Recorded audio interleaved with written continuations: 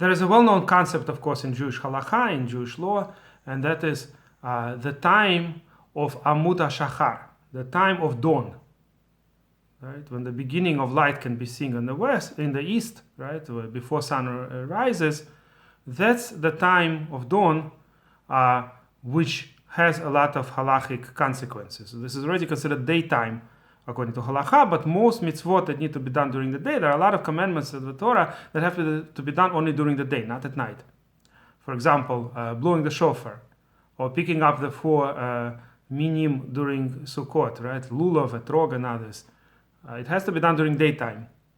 The earliest time that day starts is Amud HaShachar, the beginning of light, the dawn in the east. But liatchila, one has to wait till sunrise. One should not blow the shofar unless there's some emergency. A person will be, let's say, a doctor that needs to save lives all day. So then they could blow on Rosh Hashanah the shofar really early, as soon as the light is seen in the east. And after that, they will be busy all day, let's say, saving lives. But normally we have to wait till sunrise. So what is the time between Amud HaShachar and sunrise? According to some opinions, it's actually hinted in this week's Parsha, believe it or not. How could in this week's reading, right, most of Sefer Bereshit has very little to do with any practical halacha. But, as always, sometimes there are details, sometimes there are hints and details. So when Lot was escaping Sdom, it says that he started his journey when it was just light, and he ended up by the time of morning, by the time of sunrise, he ended up in the area where it was safe. And the Talmud tells us one of the Amoraim went there and tried to estimate these, and he was able to see how far it is. According to his estimation, it was 5 mil. Now we follow the halacha that it's not 5 mil but 4 mil. And the reason Lot was able to make that journey so quickly, he was just in a hurry. Normally, between Amud HaShachar and sunrise, a person who is walking with average speed can walk 4 mil. But Lot was able to walk 5 mil because he was in a hurry, of course, he was trying to escape, so he and his family moved very quickly. So what's this 4 mil or 5 mil? How long is that? So based on the Talmud in Masechet Pesachim, they estimate that 1 mil is 18 minutes. There are other opinions too, but I'm going according to the opinion of Shulchan Aruch, and there are a lot of different consequences of this in various laws. In many Jewish laws, it talks about the time that it takes to walk a mil.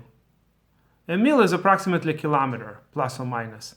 Right? I discussed in a different place in a previous video that Amma, the distance between an elbow and the middle finger on average, is about half a meter. So a mil is 2,000 such amot. 2,000 times half a meter is 1,000 meters, so it's about a kilometer. So according to those that say Amma is less than half a meter, then it's a little bit less than a kilometer, a mil.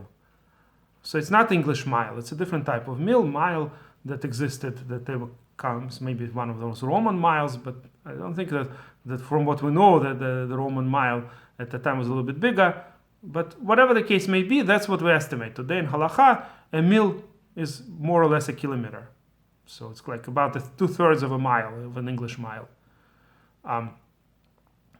So 4 mil would be 72 minutes. Right? Each mil, like I said, according to the most mainstream interpretation of the Masechet Pesachim, is 18 minutes each. So 18 times 4 is 72 minutes. So it's an hour and 12 minutes. That's the distance of 4 mil. So according to this, the Amud HaShachar, the beginning of light, there is enough light that most people will be able to see in the east. That's about 72 minutes before sunrise. Now, a lot of poskim, a lot of the halachic deciders said that that's only true about Eretz Israel and only about the time of equinox, right? Fall or spring equinox. But at other times, of course, it could be longer.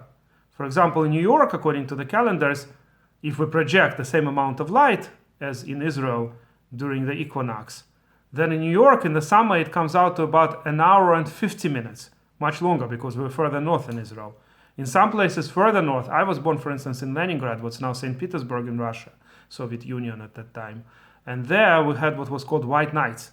So in the summer, the sundown happened, we could see the sun going below the horizon, but it never went too far below. It was always a lot of light, as if it's recently came down for those hours in the summer, in the middle of the night, when the sun is below the horizon. It's only slightly below, so you could actually read the newspaper from just the light. Just like, let's say, in America, it would be 10 minutes or 15 minutes after sundown or whatever. So there was a lot of light. So the point is that Amud HaShachar, according to this, would be at midnight. But in places like New York, Amud HaShachar in the summer is an hour and 50 minutes before sunrise. In places like Florida, it's the opposite, since it's closer to the equator than Yerushalayim, than Israel. So there, Amud HaShachar might be less than an hour and 12 minutes.